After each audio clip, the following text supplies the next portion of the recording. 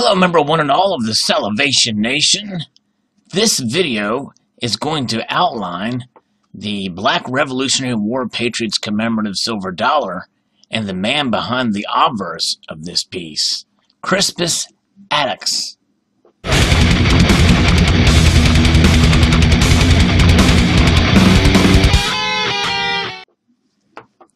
Yes, Crispus Attucks was the first casualty of the revolution, the American Revolution, and most people believe that he was only of African descent, but in reality, he was of mixed race. But this is from the United States Mint's website, and it shows some images of the renderings of the piece here, and it's quite interesting. Here we see the obverse rendering of it, and here is the reverse rendering of it. Now, according to the U.S. Mint's website, we can see here that $10 benefited the establishment of an endowment to support the construction of a Black Revolutionary War Patriots Memorial. And I'm not sure if that memorial exists or not.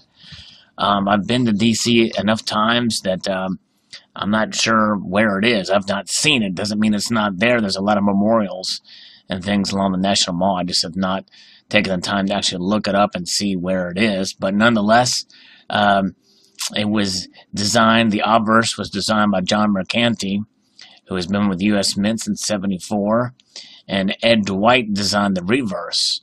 And the design theme for the obverse shows the portrait of Crispus Attucks, who no one really knows what he looks like or what he looked like.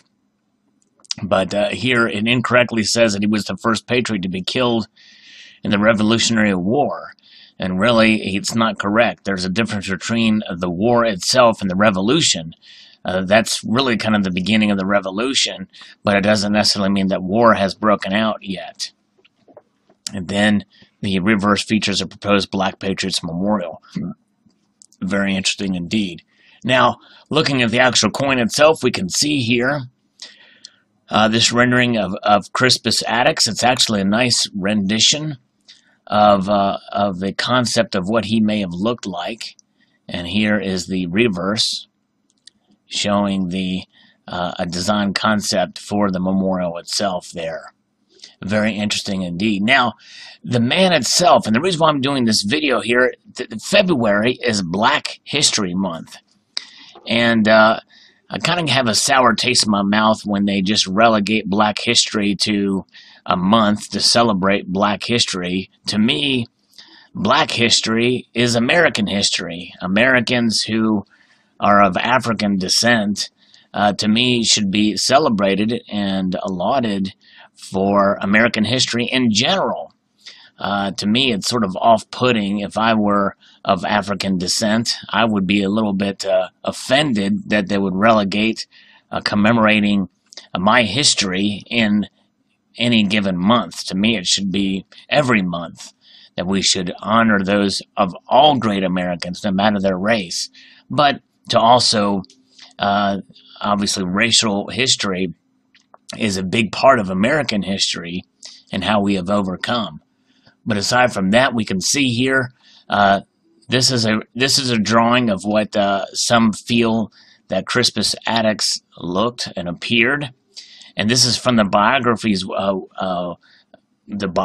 channel's website that talks about him as a folk hero, and I think that's probably an accurate representation of him, that he was a black man killed during the Boston Massacre, and thus believed the first casualty of the American Revolution. He was one of 5.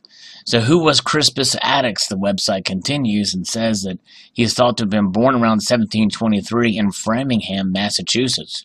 His father was likely a slave, and his mother a Natik Indian. 1750 ad in the Boston Gazette saw the recovery of a runaway slave named Crispus, and all that is definitely known about Attucks is that he was the first to fall during the Boston Massacre on March 5th, 1770. In 1888, the Crispus Attucks monument was unveiled in the Boston Common. So here's how it happened. As British control over the colonies tightened, tensions escalated between the colonists and British soldiers. Attucks was one of those directly affected by the worsening situation. Seamen like Attucks constantly lived with the threat that they could be forced into the British Navy, while back on land, British soldiers regularly took part-time work away from the colonists. So on March 2nd, 1770, a fight erupted between a group of Boston rope makers and 3 British soldiers. Conflict was ratcheted up 3 nights later when a British soldier looked for work reportedly entered a Boston pub, only to be greeted by furious sailors, one of whom was Attucks.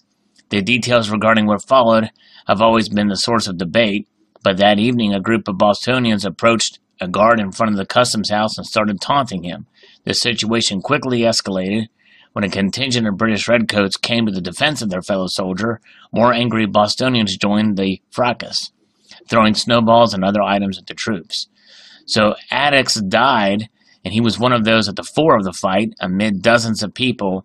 When the British opened fire, he was the first of 5 men killed. So his murder thus made him the first casualty of the American Revolution. And it correctly says that it's the American Revolution, not the war. Quickly becoming known as the Boston Massacre, the episode further propelled the colonies towards war with the British. And it goes on to talk about the trial and John Adams, who defended the men. But we're looking at Crispus Attucks' early life. He was born into slavery and was believed to be the son of Prince Younger, a slave shipped to America from Africa, and Nancy Attucks, a Natique Indian. Little was known about Attucks' life or his family, who reputedly resided in Framingham, Massachusetts, just outside Boston. What has been pieced together paints a picture of a young man who showed an early skill for buying and trading goods. He seemed unafraid of the consequences of escaping the bonds of slavery. Historians have in fact theorized that Attucks was the focus of an advertisement in the 1750 edition of the Boston Gazette, in which a white landowner offered to pay £10 for the return of a young runaway slave. Ran away from the master William Brown of Framingham on the 30th of September, last a mulatto fellow, which means mixed race, about 27 years of age, named Crispus, 6 feet 2 inches tall, short curled hair, the advertisement read. So that just goes to show you that he was a tall man of great stature. For that time, 6 foot 2 inches was a very tall man. That's how tall George Washington was, by the way. Attucks, however, managed to escape for good, spending the next 2 decades on trading ships and whaling vessels coming in and out of Boston. He also found work as a rope maker. There is some dispute over that, whether he was a free man, or or escaped slave. Regardless, I think he shows the fortitude to stand up and as a rebel. And so you can kind of see that, he was kind of known. So he has kind of become a martyr. His body was transported to Faneuil Hall, where he and the others killed in the attack lay in state until March 8th. City leaders waived segregation laws, and the case has permitted Attucks to be buried with the others. In the years since his death, Attucks' legacy has continued to endure, first with American colonists eager to break from British rule, and later among the 19th century abolitionists and 20th century civil rights activists. In his 1964 book, Why We Can't Wait, Martin Luther King Jr. lauded Attucks for his moral courage and his defining role in American history. And I think that's the lesson here.